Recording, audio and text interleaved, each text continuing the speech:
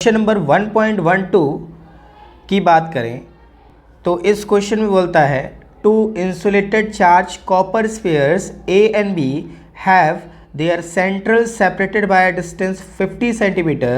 What is the mutual force of electrostatic repulsion if the charge on each sphere is 6.5 to 10 की power minus 7 coulomb?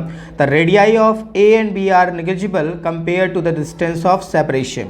तो ये point A है, पहले point A को solve करते हैं फिर बात करेंगे पॉइंट बी की। तो इस क्वेश्चन के अकॉर्डिंग क्या कहता है कि दो चार्ज स्फीयर हैं, ये हो गया चार्ज स्फीयर ए एंड ये हो गया चार्ज स्फीयर बी। इनके सेंटर एक दूसरे से डिस्टेंस 50 सेंटीमीटर से सेपरेटेड है, मतलब 0.50 मीटर से या 0.5 मीटर से सेपरेटेड है।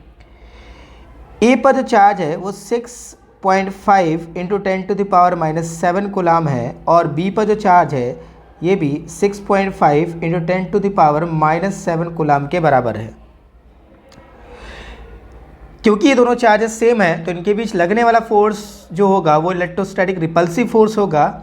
हमें इनके बीच लगने वाले इस रिपल्सिव फोर्स को निकालना है।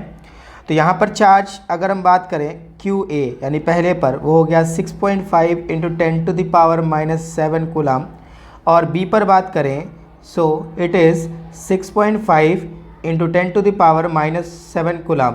डिस्टेंस आर की बात करें तो ये आपके पास है 0.5 metre. By Coulomb's law of electrostatic force की बात करें तो according to this formula is F equal to K Q1 Q2, so यहाँ पर QA QB by R square.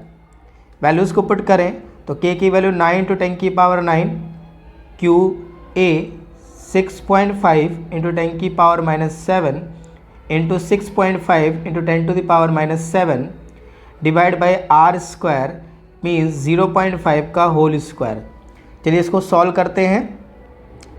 So F equal to 9 को ऐसे रखा, 6.5 इंटू 6.5 इसका मल्टीप्लाई करेंगे या स्क्वायर कर दे तो 42.25 डिवाइड बाय 0.5 का square 0.25 into 10 to the power 9 और minus 7 10 to the power minus 14।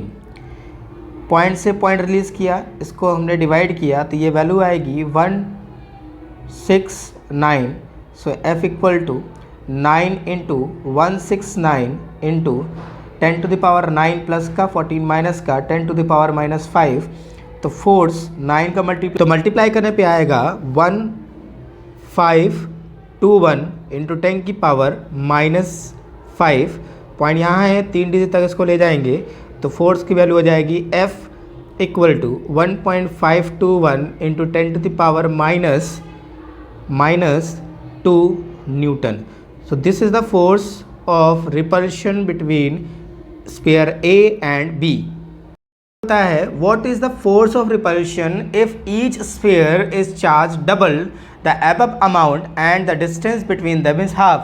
तो अगर हम चार्ज की बात करें तो चार्ज जो A पर है वो आपका है QA which is 6.5 into 10 to the power minus 7 और बोल रहा है इसको डबल कर दें तो 2 इंटू 6.5 इंटू 10 की पावर माइनस 7 मल्टीप्लाई करें so it will come 13.0 into 10 की पावर माइनस 7 और वी कैन राइट 1.3 इंटू 10 की power minus 6 coulomb. Similarly charge B पर जो हो जाएगा स्फीयर पर चार्ज हो जाएगा 2 into 6.5 into 10 to the power minus 7 it will become 1.3 into 10 की पावर माइनस 6। फिर बोलता है डिस्टेंस को अगर हाफ कर दें तो distance becomes 0.5 divide by 2 so it will come 0.25 metre. कहता है अब इनके बीच कितना फोर्स ऑफ रिपल्शन या इलेक्ट्रोस्टैटिक फोर्स ऑफ रिपल्शन काम करेगा स्फीयर ए और बी के बीच में।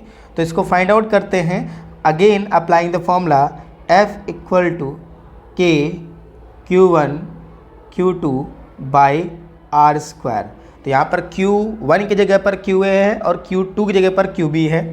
वैल्यूज़ को पुट करते हैं, K की वैल्यू 9 इंटू 10 की पावर 9 इंटू 1.3 इंटू 10⁻⁻⁶ का होल स्क्वायर, क्योंकि दोनों चार्ज की वैल्यू सेम है तो मल्टीप्लाई करने पे स्क्वायर हो जाएगा, divide by R square, it means 0.25 का होल स्क्वायर।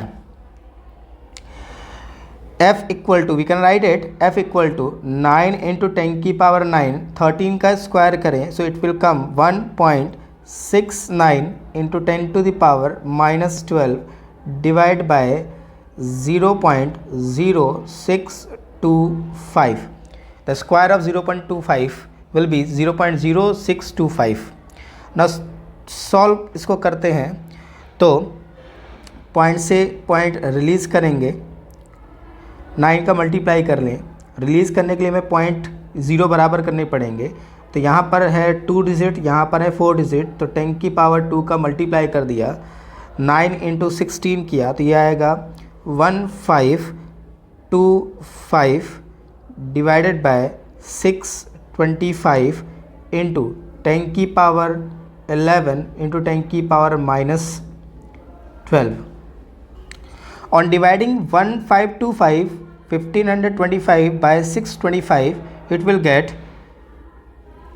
2.44 into 10⁻11 प्लस की और -12 की, यानी 10⁻⁻1, we can write it 0.244 newton, यानी new force of repulsion between A और बी जो हो जाएगा वो 0.244 न्यूटन का हो जाएगा।